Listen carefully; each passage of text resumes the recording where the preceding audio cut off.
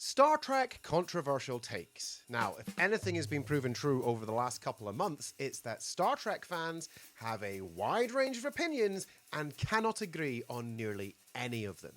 Which was the best Trek? Who was the best captain? Is Star Trek dead?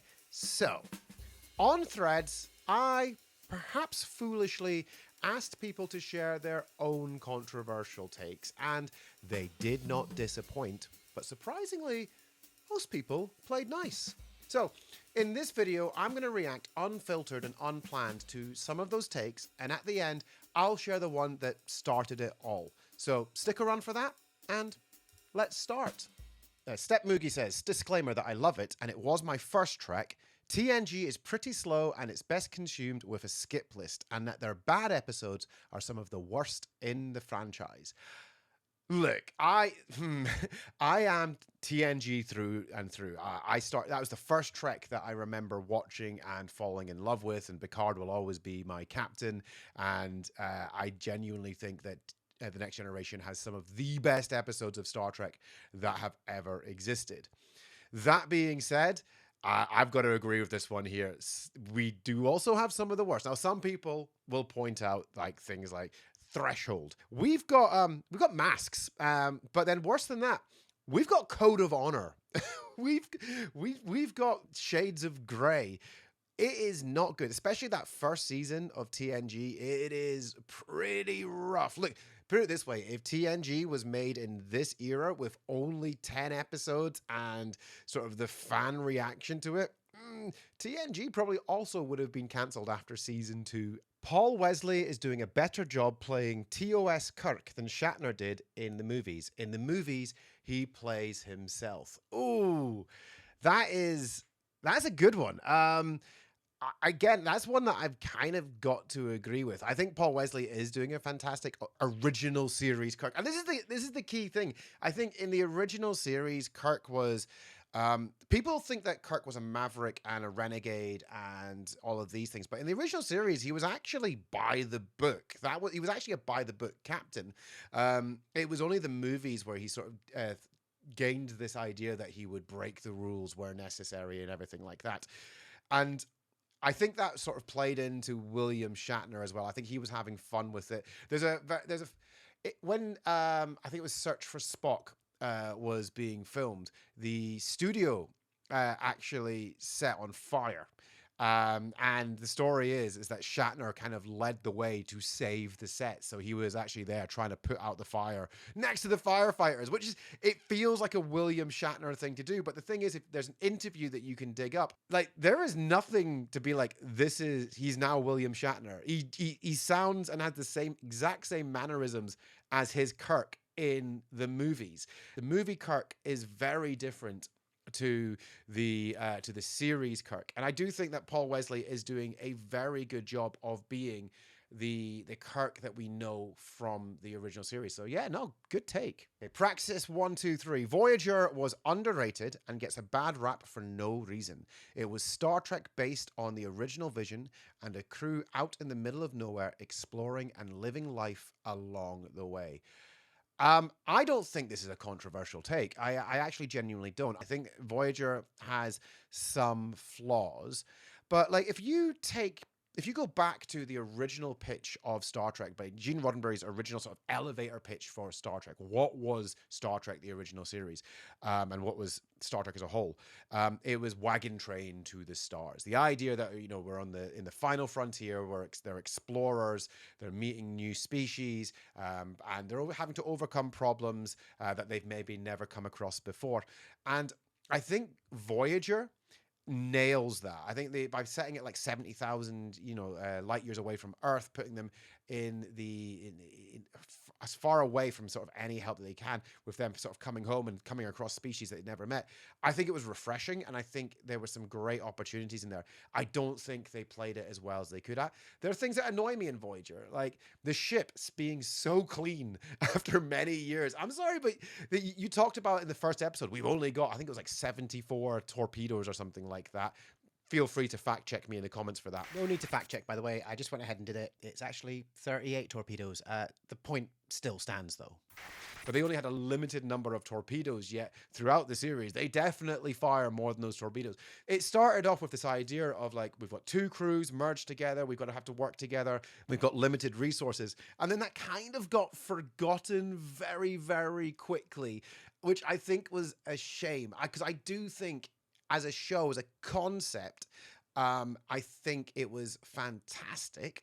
And I think it was probably the most Roddenberry idea of Final Frontier style exploring and everything like that. But I just think they missed the mark slightly. So to call it underrated, I think the idea was underrated. I think the execution wasn't fantastic. And also, by the way, I'm going to throw this out here. I think Enterprise falls under this as well. That very idea of Final Frontier, voyaging into the unknown, not having to work together to overcome things that they've never come across before. Very, very much Star Trek.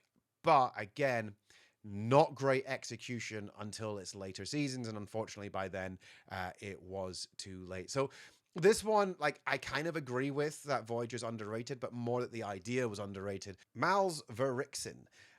Janeway is a feral mother who is extremely protective of her crew and such a strong badass that if they ever hooked up, Kirk would have been the bottom and she the top. No notes.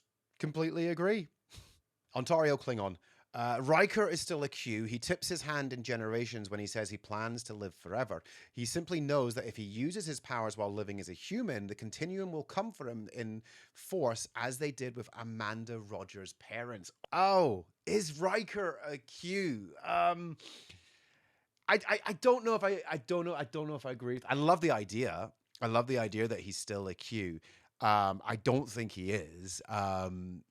I mean, you could argue that maybe he is, and maybe he had used his powers at some point. But, you know, you could argue that the events of his family in Picard, you know, where they'd lost one of their children, maybe that was the Q continuum sort of punishing for doing something. What that could have been, I don't know. Maybe being too suave of a captain on the Titan.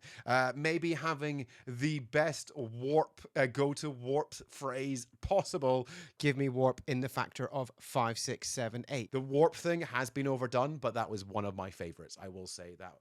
I like this idea. I just don't think it is entirely possible, but I do like the thought process. And actually, we're going to stick with the conspiracy theories for a minute because there's one that came up that I quite like. Bert Chalmers says, "Oh, I have many. The Borg are now a MacGuffin. Wolf 359 was an inside job. The Discoverse should be viewed as parallel to the Kelvin timeline." Now, we're going to strike off the bottom one for now, but I am going to react to Wolf 359 was an inside job. And also kind of fold in the Borg are now a MacGuffin. I agree with this take a lot about the Borg being a MacGuffin. I think that when they were introduced, they were an incredible enemy. Interestingly enough, though, when they first were introduced, they took technology, they absorbed technology. They didn't assimilate people. That was introduced later on. Once that was introduced, they became absolutely terrifying, I think. And I think, but what's the problem is that once they introduced like concepts like the Borg Queen, it kind of like made them a little bit weaker and not as scary and not as mysterious. So I don't know. Like, I do think the Borg have become a bit of a MacGuffin. I agree with that one. Wolf 359 being an inside job. I like the idea of that. It kind of makes sense, though. Bert Chalmers did actually follow up on this and did make a lot of sense to me because obviously, you've got the events of First Contact, where the Borg and the Enterprise E go back in time to sabotage First Contact, but obviously it is saved. But of course, remember that the Borg sphere was destroyed, but the wreckage somehow fell to Earth and into the Arctic Circle. They were discovered later on by some scientists, and there was some assimilation going on, and they managed to escape. And obviously, the line being, "It's going to be a problem in 200 years or whatever." I can't remember the exact line. Again, feel free to fact check me in the comments. So like, yeah, there are people who knew about the Borg. So they kind of they got readings. They had a chance to sort of prepare for this. So was Wolf 359 an inside job? I like the idea like maybe at this point, the Federation was getting too cozy. And then some heads, this shadowy section 31 around where like, everyone's getting too cozy right now. I think what we need to do is we need to have a bad thing happen.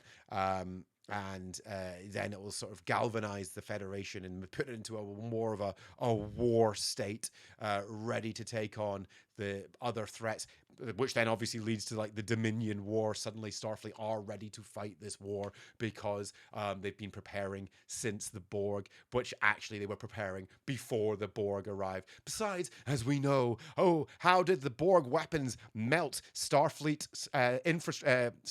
steel beams in the Starfleet vessels? It's not possible.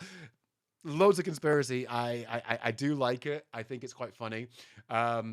I do agree with the take, though, that the Borg are a bit of MacGuffin. I thought they were I thought they were a fantastic villain at the time, and they've kind of been defanged, which I think is a bit of a shame. Do you know who were a fantastic villain, and I wish they'd done more with? The Vidians. Johnny R217. I've got a couple. Janeway is possibly the greatest captain we've seen to date, and having Voyager stranded in the Delta Quadrant is the reason people don't fully appreciate her. Prodigy and Starfleet Academy were the two shows that best lived up to Jean's vision. Bonus, the episode where Dr. Crusher rebuilds Worf's back would have been a perfect way to have her and Dr. Pulaski work together, but instead we got budget Hillary Clinton. So, first of all, last line there, perfection. I'm going to take the first one is Janeway is possibly the greatest captain we've seen today. I agree with that. I give her a coffee and she's unstoppable. Take away her coffee and oh my God, like there'll be hell to play. But the second one that I want to kind of concentrate on, which is Prodigy and Starfleet Academy, were the two shows that best lived up to Jean's vision. And I sort of mentioned that at the beginning with sort of Voyager already and with Enterprise, the idea of wagon train to the stars, the idea of crews coming together, people coming together to overcome odds, overcome and solve problems together, and basically live in space, hippie paradise.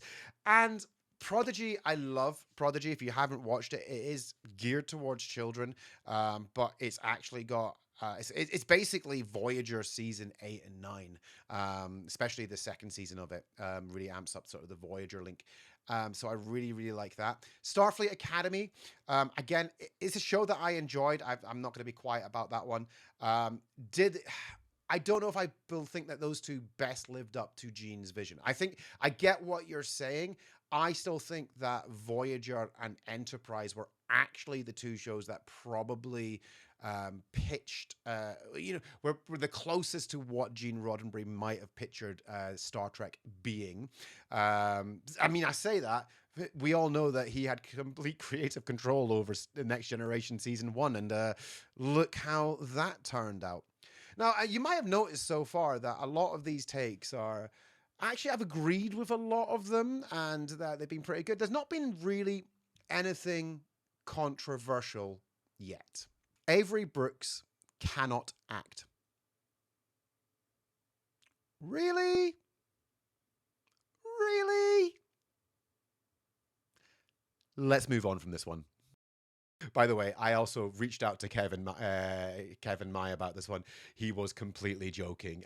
It was between this and the Ferengi annoy him, but I want to assure you that he's made peace with the prophets, and he has played his gold press platinum to the Ferengi. There is peace amongst them. He doesn't actually hold these, but that is a controversial take if there is one. Higgins STX. Oh, I have many. Enterprise was really good. Final Frontier was a train wreck, but also a delight. The only bad thing about Discovery was consistently the costume design. Picard would have been better as a 3 direct-to-streaming movies than as 3 seasons. Beyond is an A-tier Trek movie. So quite a lot there. Let's take them one by one. Enterprise was really good. No. It became good. It became good, but I think it took a while to find its feet. I think once they ditched like the Time War, then that became better after that. I don't think it was really good. I think it was good. Like, don't get me wrong. And like there are episodes of Enterprise that I go back and enjoy. Like Catwalk is actually one of my favorite episodes of Star Trek. And that's one that I think is very Star Trek. Like having to survive in a ship where it's not built to be in the expanses of space. I thought that was a really great episode. So yeah, I mean, was it really good? No. But was it good? Yes. But again, like every single Star Trek series, highs and lows.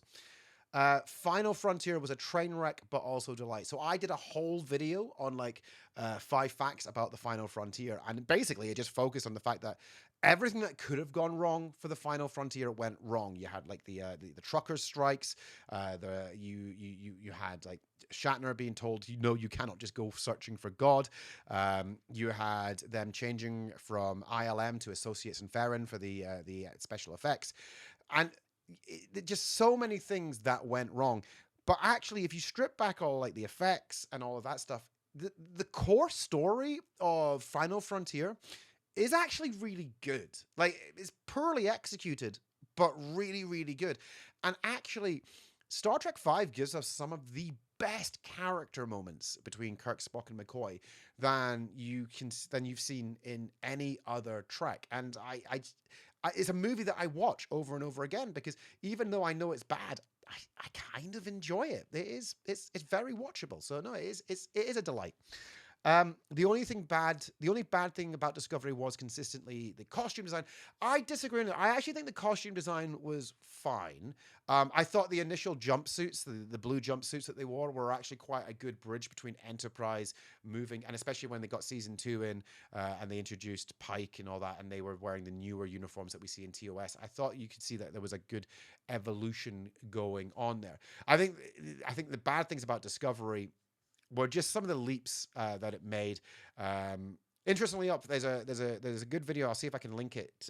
The last video that Trek Culture did, which was dumb things that have happened to Discovery. I kind of agree with a lot of them. Like the burn could have been done a lot better. The turbo shafts being disappeared and suddenly Discovery is the TARDIS. That was kind of dumb. So I agree with that. So go watch that video because I think those are more of the issues with Discovery than the costumes. Saying that, I'm rewatching. I've decided to rewatch Discovery. I'm 2 episodes in, and you know what? Those first 2 episodes are really good. I'd forgotten how good they actually are. So I'm interested to see where the turn happens, where it starts becoming a little bit more like. Picard would have been better as 3 direct-to-streaming movies than 3 seasons. I agree with that 100%, because I think.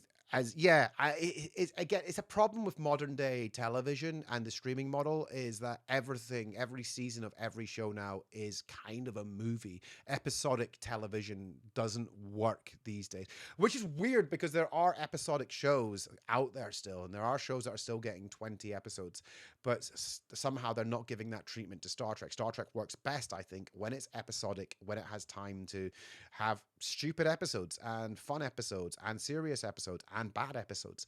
I think unfairly, I think Discovery, Picard, Strange New Worlds, Starfleet Academy, they've all suffered from this sort of 10 episode seasons that seem to be the norm now. And last one, Beyond is an A-tier Trek movie.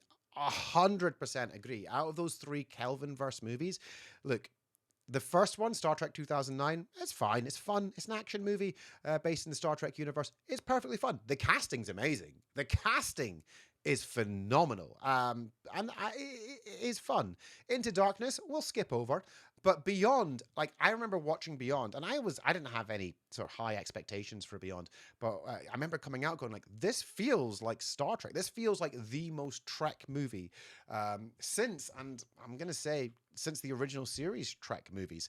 Like, don't get me wrong, I love First Contact. I love First Contact. I love Generations. I do love Generations. But like the TOS, like I think Beyond really felt like those old school TOS movies, and it was the first one to do so in ages. So no, great takes. Richard E. Star Trek Enterprise is much better than most give it credit for. If not for the weird wannabe Bryan Adams theme, I think its reputation would be higher. The chemistry between Archer, Trip, and T'Pol was phenomenal. Jeffrey Combs Shran is one of the best recurring characters in franchise history. Look, I've covered this to death. I already think that Enterprise was good. I don't think it was great. I think once they ditched all the sort of the time stuff, it got better. I do agree that the sort of Archer trip into Paul stuff was really, really good.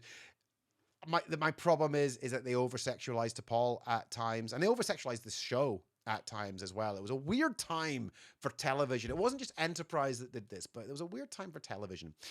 But I will say that Jeffrey Combs Schran has to have been like, it was like the pinnacle of all, like after all of his recurring characters, this was his peak. This was the best one. Like, he took everything that was great about all the other characters he played, he put it into Shran, and it was phenomenal. So no, yeah, no notes on that one. I agree with that. Delta Juliet Mike Media. Picard season 3 is the worst thing to happen to Star Trek since These Are the Voyages. That is a very controversial take, because if you reach out to the Star Trek fan base, everything will tell you that they absolutely love Picard season 3. Like, this is what Picard should have been all along.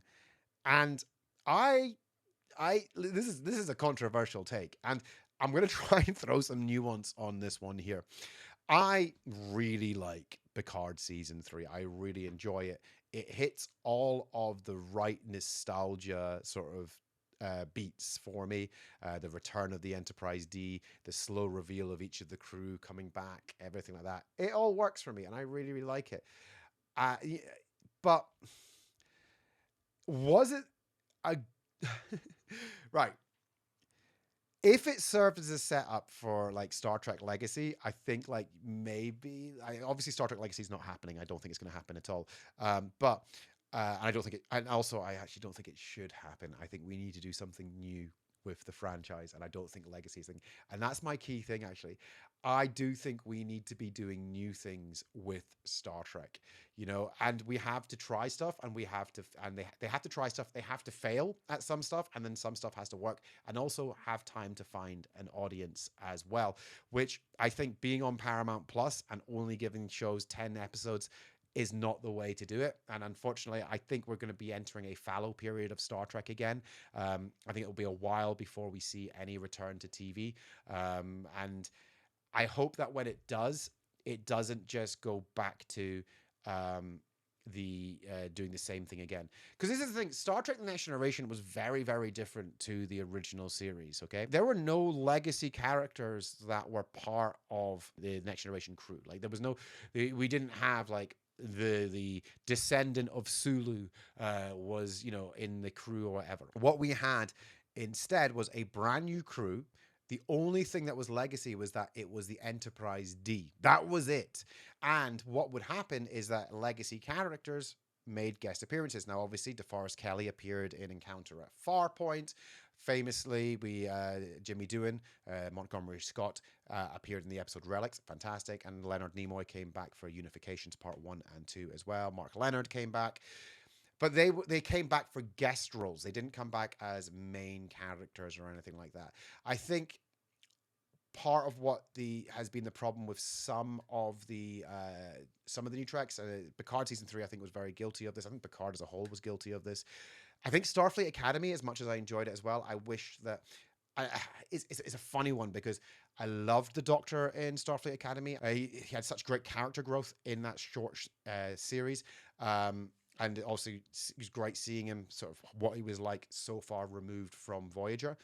There's a lot of like discourse that's saying, oh, well, any new Trek has to respect legacy characters and bring them back respectfully. Stuff like that. We have to do something new. And I think Picard season 3, I loved it. I enjoyed it. It hit all the right nostalgic notes. But in order for Star Trek to evolve and to get a new group, to get a new audience and everything like that, it needs to change. It needs to do something new. But most importantly, it needs to come off Paramount Plus, and we need to have more episodes of it. It needs time to grow as well. It needs to be syndicated. But unfortunately, TV is dead. Streaming has killed it. So I don't know what the future is going to hold. The Morningstar HQ, my hot take is season 1 of Discovery was a hot mess. Season 2 was a course correction, but season 3 onwards opened up a new era of tech and storytelling. So, as I mentioned earlier on, funnily enough, I'm rewatching Discovery right now, and the first two episodes, the first opening episodes of Discovery, are actually very, very good. It'll be interesting. It's been a while since I've rewatched it, so it's going to be interesting to sort of see where is it turn, where does it lose the audience, and I'm sure I'm going to be able to pinpoint that. I do agree, though, and I kind of wish as well, Discovery should have been after Voyager. Like, then the technology would have made sense. I think it was hampered. The first couple of seasons were hampered by the fact that it was set in this the time period that it was, pre-Pike. But I think it could have done better if it had been season 3 onwards. And one of the things that annoyed me about Discovery, I actually feel like by season 5, it was starting to find its feet and understand what it was as a show, as a Star Trek show. But again, just like Enterprise before it, it was too late. Andrew Searles. There's enough Star Trek out there for everyone. People are also allowed to have personal preferences without the name calling. Because someone doesn't love Starfleet Academy or Discovery doesn't make them a racist bigot who isn't a real Trekkie. Because someone prefers Strange New Worlds over Voyager doesn't mean they're less of a Trekkie. Fans need to stop telling other fans they need to love or hate the same shows they love or hate in order to be a fan. If you do, you're not a fan, you're a gatekeeper. This is not a controversial take. This is what should be happening. And I've already made videos on this. I've spoken about this in my Starfleet Academy reviews. I've spoken about this. I made a whole video about why do fans hate Star Trek.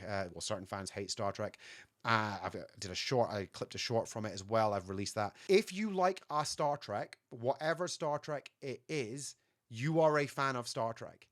And if you are not a fan of a certain part of Star Trek, that doesn't make you more of a fan than someone else. It makes you both fans of Star Trek. It is possible to have good-natured, honest discussions between ourselves about what we liked and didn't like about individual series, and it shouldn't reduce to name-calling. And the other thing we shouldn't allow ourselves to fall for is being pulled into the culture war bullshit that a lot of YouTubers in this space, in the sort of geek culture space, try to pull you in on. Because what they're very good at is making all of us angry, saying inflammatory statements. We then go and react to them, and we push up their views, we push up their following, and they make money from outrage. And we should stop falling for that. The thing that binds us all together, no matter if you think that The Final Frontier is your favorite movie, and I've come across people who don't like The Voyage Home, that's fine. If you think The First Contact is your favorite movie, that's fine as well. If you think Wrath of Khan is a terrible movie, that's fine as well. But if you like some aspect of Star Trek, if Into Darkness is your favorite Star Trek movie, then you are a Star Trek fan. If Voyager is your favorite Star Trek series, you are a Star Trek fan. Liking Deep Space Nine, TNG, and Voyager and not liking the new Trek doesn't make you a proper Trekkie, and liking the newer Trek series doesn't make you less of a Trekkie, and so on and so forth. So basically, we're all Star Trek fans, no matter what Star Trek we like. We should be better to each other, and I hope that we are. Please be better to each other. That would be nice, wouldn't it? Yeah, I think so. So now it's time for my controversial opinion, the one that started off this entire thread. And my one is this. What's your controversial Star Trek opinion? I'll go first. DS9 is a good show with some great episodes, but it's not peak Trek. I can tell you right now, the fans of DS9, they were not happy with that statement. Of course they think it's peak Trek. That's the Trek that you love. That's the Trek that you fell in love with. I didn't say that is a bad series, by the way. And I didn't say I didn't like it. I said it was a good show with some great episodes. And there are many episodes within Deep Space Nine that I enjoy rewatching over and over again. But what I said was that it wasn't peak Trek. And just to explain, I don't think any single iteration of Star Trek can be described as peak Trek. No one series can be described as peak Trek. Instead, there are peak episodes, peak moments of Trek in every single Star Trek, whether that's the original series, TNG, Deep Space Nine, Voyager, or Enterprise, and even in the new Star Treks as well. Discovery has its moments, Strange New Worlds has its moments, Prodigy, Lower Decks, even Starfleet Academy, all have moments that are peak Trek. And you know what? I would love to know in the comments below, from each of those iterations of Star Trek, what do you think are those peak episodes? And maybe that will be a video for another time. And let me know, of course, if you agree. However, there are so many more opinions that I'd like to react to, but again, it's going to have to be another video. However, I do have one more opinion to share, and before I do, it's your turn. Tell me in the comments your controversial Star Trek take, and of course, if you enjoyed the video, please support the channel by liking it and hitting that subscribe button. I'm working towards 1,000 subs, and I am so very close, and I'd love to have you on board. And that final opinion that I want to share with you wasn't actually an opinion of Peak Trek. I mean, it is. It was just a single screenshot shared by Clockwork Satan.